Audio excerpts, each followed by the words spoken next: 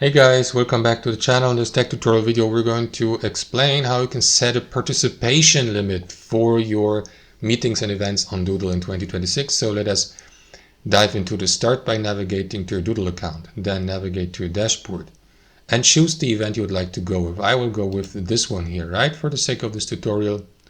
And then what you want to do is go through that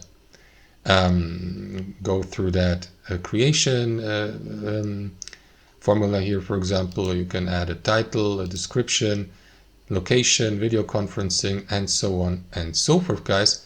So if you'd like to set a maximum number of participants, you can do that here under seats to the right. So it will be set to 5 on default, but you can go with 10, for example, and that is going to allow only 10 or the first 10 participants of the event to sign into the event and to accept your invitation.